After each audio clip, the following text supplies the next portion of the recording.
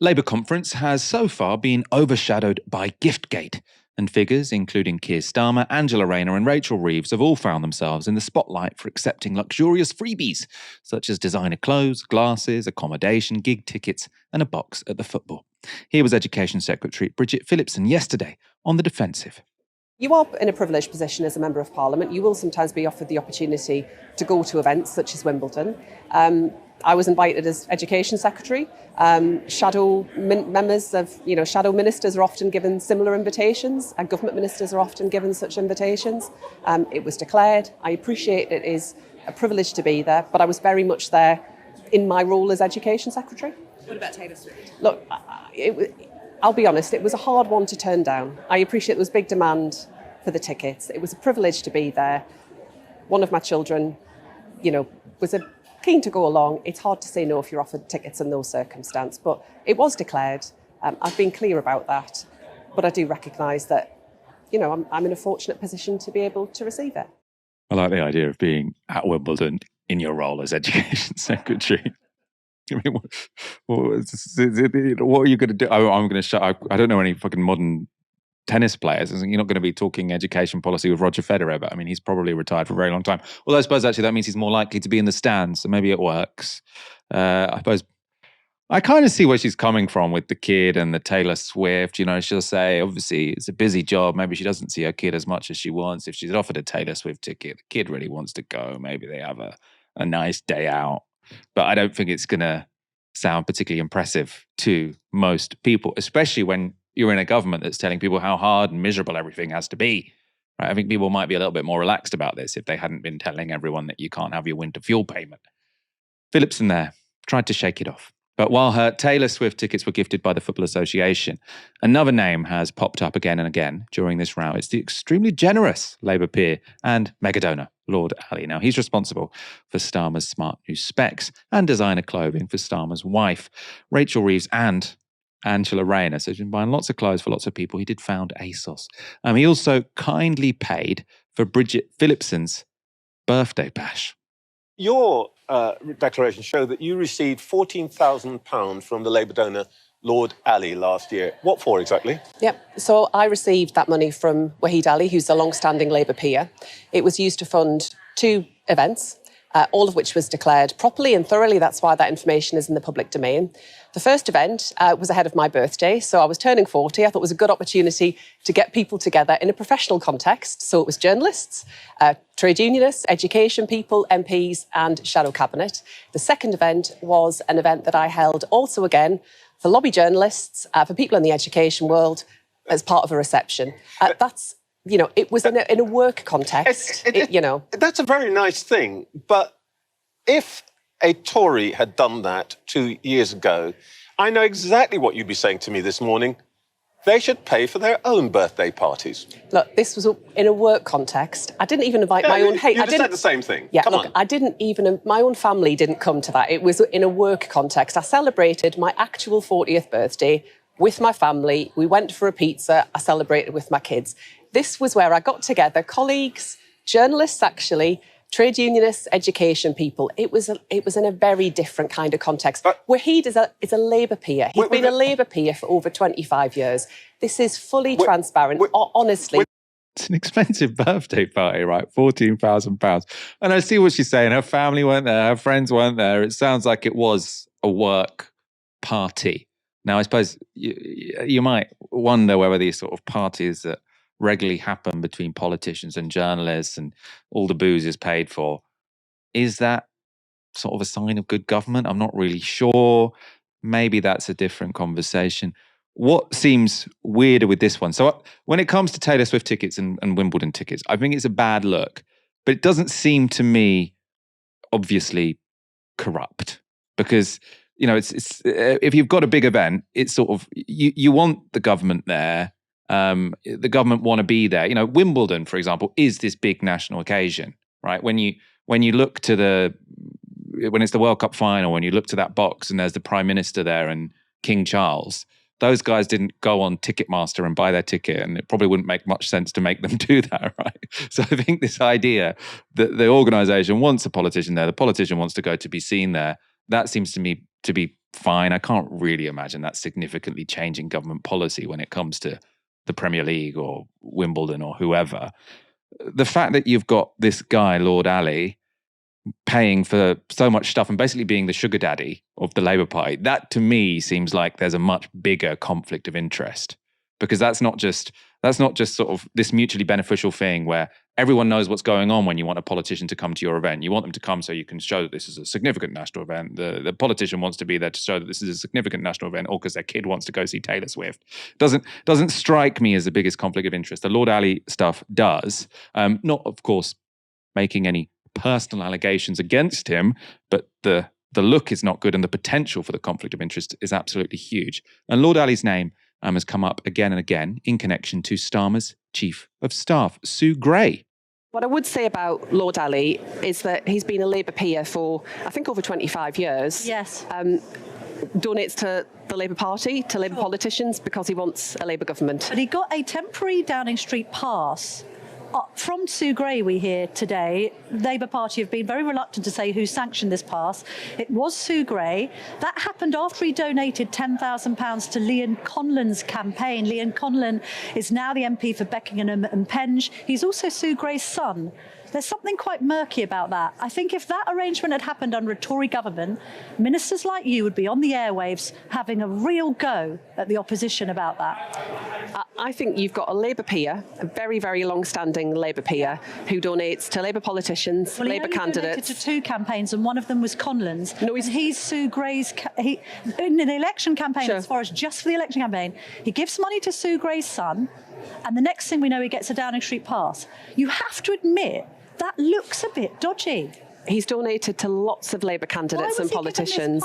Why does he need a Downing Street pass? As I understand it, he no longer has a Downing Street pass. Why did he have one? I genuinely don't know the circumstances so of that. Farmers' wardrobes, or come on.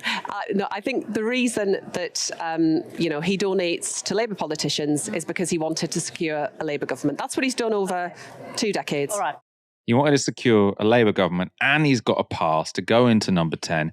And he's been donating loads of money to various politicians, including the Chief of Staff's son, to get elected. Right?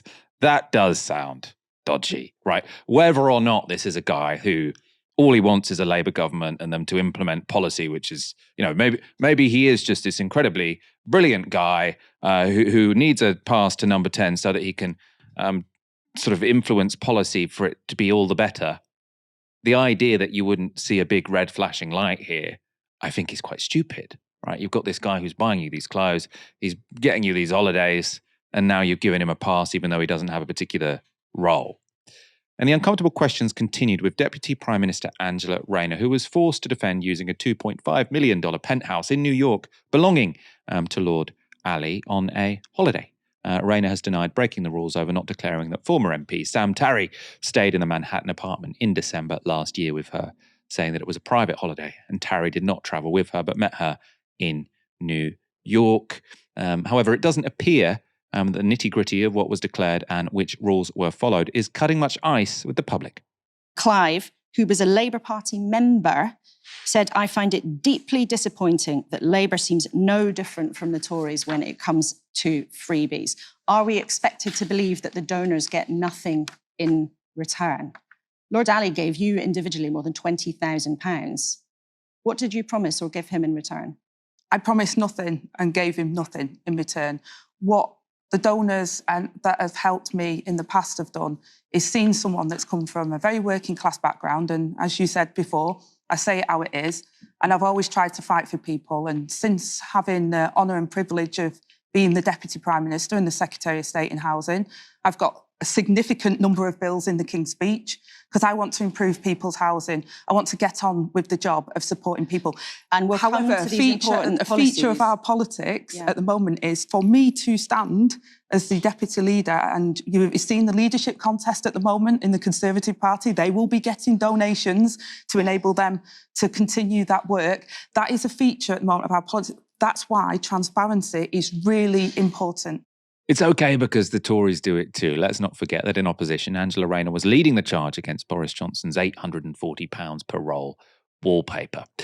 Peter Carl, Minister for Science, Innovation and Technology, also denied that donations get you anywhere with Labour.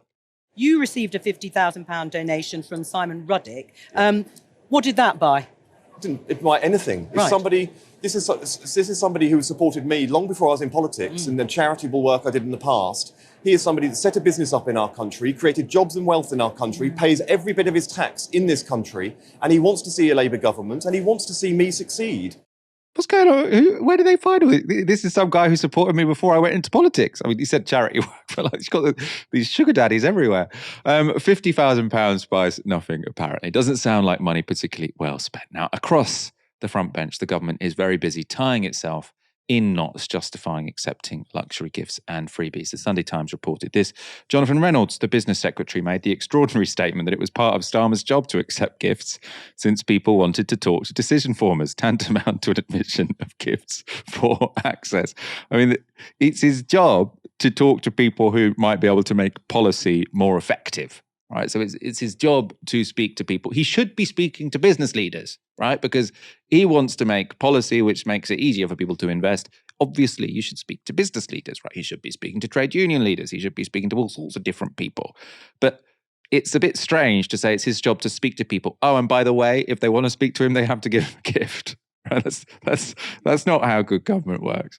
Rachel Reeves, on the morning of her big speech, also had a unique way of turning or trying to turn a negative into a positive. The fact that Labour received more donations than we ever have in our past, I think, reflects the support from people right across the scale, from small donations from our members and supporters, from big donations from people who have been very successful in life. We appreciate those donations. It helps us to do our job of getting elected and making the change that our country desperately needs. Ash, all this talk about donations, it's a bit of a gift to the Tories, no? Whoa, was that a pun there, Michael? It Absolutely outrageous. I can't get them off the top of my head, so they have to be written in advance for me. I know you can sort of, you've always got a pun at the end of your fingertips. It has to be pre-planned when it comes to my ones. Oh, look, I think you're being very negative about a positive thing. In fact, you could say you're looking a gift horse in the mouth. I just wanted to read you a headline, and this is from a Novara media piece written by Adam Ramsey, and it says this. Jonathan Reynolds and 2 senior staff went to Glastonbury as guests of YouTube. Until then, Labour was promising to increase the digital service tax from 2% to 10%. Literally the day after the festival, it emerged that Reynolds had ditched the policy.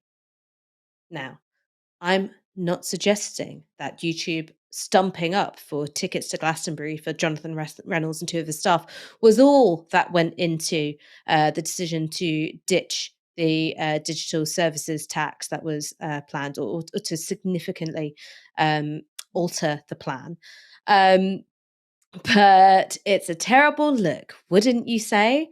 And this is where I disagree with you a bit, Michael, which is when you're living high on the hog at someone else's expense, whether it's designer specs or a nice dress for your wife or tickets to Taylor Swift that you just wouldn't want to stump out for by yourself, even if you could afford it. And all these things are being paid for by corporations. I do think that it creates a system of incentives which you may not even be fully conscious of, which makes you not want to alienate those people. And I think when you compare the treatment and the hounding of Jeremy Corbyn, who only took one freebie, and that was to Glastonbury, where he addressed the crowd from the pyramid stage, when he was sort of seen as nothing less than, Satan made flesh and walking amongst us, I think that it shows that there is something quite grubby about this whole thing, which is if you're a politician who says, look, you can't buy me, you're monstered in the press. Whereas when you're a politician who is doing the selfies at the Taylor Swift gig from, your free tickets, or you're hosting a drinks reception for your birthday with all the other journos and that's been paid for by a Labour donor, or, you go to, Glasgow, or you go to Wimbledon, or you go to see Arsenal, that's when the establishment knows that you're willing to play ball. All right. You're not really going to gun for people's interests too much. And I think that is embarrassing for how little our politicians can be sold. Angela Rayner, really laying it on thick with like, I'm from a working class background, and I tell it how it is and whisper it. That's why I had to have the free holiday and the £2.5 million penthouse in Manhattan. I mean, it's insulting to everybody's intelligence. If they'd just gone, you know what, it's nice to have nice things. I work hard, and this is a way of doing it without having to dip into my own pocket or the taxpayers. I'd be like, you know what, venal, materialistic, shallow, but at least it's honest. But all this stuff, whether it's, oh, I was at Wimbledon in my capacity as education secretary, or like, you know, I'm a working class woman and that's why I want the free penthouse holiday. Don't pretend that there's nothing in return, because while you may not have made specific promises, right? I can believe that politicians don't make specific promises. The point of being so close to politicians, that you're decking out their wives in designer garms, or you're covering their accommodation costs while on holiday. That means you do have their ear. It does mean that you are somebody who's taken seriously, and when it's time to call in a favor, and there will always be a time, when you want to call in a favor, you'll probably have a sensitive and empathetic ear, a sympathetic ear to that favor. You'll be heard. You'll be heard, and then that's influence, right? That's influence, right? It might fall short of a bribe where you go, I get this surface for offering this good, but it doesn't fall much short of it. So I think this is where I disagree with you about the Taylor Swift thing, and also I think the reason why I disagree is that there's a sort of a moral ickiness to it, because there's a lack of consistency in the rules here. And Labour likes to go, oh, well, it was all within the rules. Well, the rules are shit, right? The rules are really bad. If you're a civil servant, you have to declare even very, very minor gifts, even like a box of chocolates. On Twitter, someone who used to work in the civil service said that they had to fill in 3 forms to declare a box of chocolates. Anything which was, considered to be too valuable, and Taylor Swift tickets being very expensive would fall under that criteria. You're just not allowed to take. Similarly, if you work in the NHS, if it's above a certain level, you have to clear accepting the gift first, with your line management, or indeed an independent body if it's big enough. Why is it with a minister of state or the prime minister, it's like, well, as long as you declare it, that's fine. No, it's not fine. It's not fine for everyone else. So why is it fine for you? And I just think that these people are. I've got to say, Michael, I find them beneath contempt. I find them utterly beneath contempt. They're so easily bought for some fucking Taylor Swift tickets. Not even Beyonce. There is something very infantile about it, right? Because it's just not that hard to say no. If you want to be the deputy prime minister and someone's saying, look, I've got this you're stressed, I've got this nice flat in New York, go stay there, put your feet up. It's not hard to say, that's actually really kind and thank you so much. Like, I would like to do that, but I am an elected politician, so I'm going to have to say no, right? And you've got a high enough income that you can just get an Airbnb in New York, right? The idea that someone dangled this nice shiny thing in front of me and I couldn't possibly say no just doesn't speak particularly well to the sort of character and maturity of the people who are currently in government. And, the people before them. There's nothing exceptional about this, but it is a bit, there's a sort of element of grow up and learn how to say no.